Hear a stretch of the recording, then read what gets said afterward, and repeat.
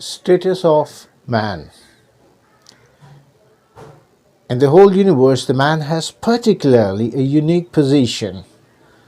In some cases, he is quite helpless, while in other he appears to be independent. In someone seemingly has human appearance, but at the same time is deprived of intellectual sense or wisdom.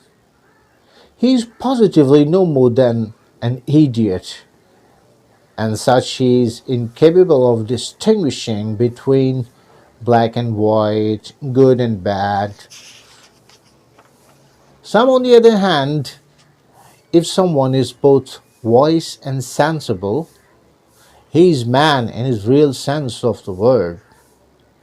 As such, he can very well apply his direction and can distinguish between things and acts of different nature. Such men can very well accept and discard things of his choice and dislike, and can also choose for himself a particular line of action. Yet, however, while accepting or refusing anything is oftentimes perturbed to determine that criterion by which he should or should not do particular thing in daily fare of his life. The concept of loss and gain is we are confronted with the problem of loss and gain. Every wise and a prudent man would like always to ascertain beforehand and possibilities of good and harm and find out profitable mean and ways, instead of adopting an uncertain course without any forethought. Therefore, an ardent quest for knowledge is natural human instinct. No sooner does a child open his eyes in this world than he tries to catch and touch all that comes across. He tries to catch all come across. You know why? Sometimes he probes with his hands, and sometimes he attempts to relish a particular object by putting it into his mouth. This is a common experience we can see in this world. The parents, having some experience regarding the harmful and the beneficial aspects of life, gave him from time to time warning against all possible dangers. According to their own light and knowledge, they teach.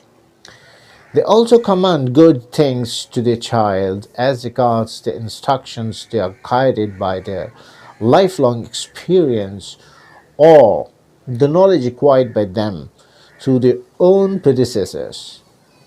Take, for instance, any moments of the physical world. If you ponder a little over this problem, you will find that in the same previous example, a child is essentially dependent on the teaching, the training of his parents, while the teaching of the parents are also nothing than the lessons they derived or they have derived from their past experiences, right? The working of this universe. Man's research during the period of the technical and educational development have reached the conclusion that all worldly aspects are inseparably and invariably wedded then it together one another, similar to the parts of the machine, they cooperate constantly for the common end. Take the example of the plants. Should it be desired that the plant may fully grow up and ultimately bear fruit, a good number of outward and inward agencies are required to function. This is common sense. The most predominant of them being fitness of land, timely rainfall, the favors of the season and the sun, etc. If any one of the above conditions is not fulfilled, or in other words, the law controlling the growth and the prosperity of the plant does not operate in full, the plant can now come into existence and enjoy the flourishing life. Hence, in the light of experience gained, and the investigations made by mankind, it may safely be said that the violation of natural laws give but bad results, while obedience to such laws create good and healthy effects and pave the way for all out success in life. When situation is such as already been explained, and we have no other alternative but to ascertain such laws and regulations by following which we may be able to bear able to tear up the clouds of despondency and to achieve our very aim of life. Experiments are not permanently true. We should keep in mind, because you know that science is always in a perpetual flux also.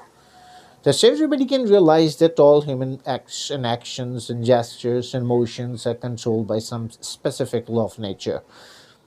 And this law of nature also requires other factors and agents to help bring it into fully play.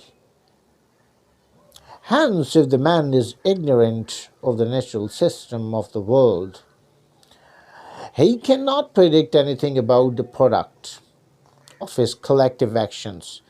As regard the past experience, it should carefully be noted that they have no permanent values.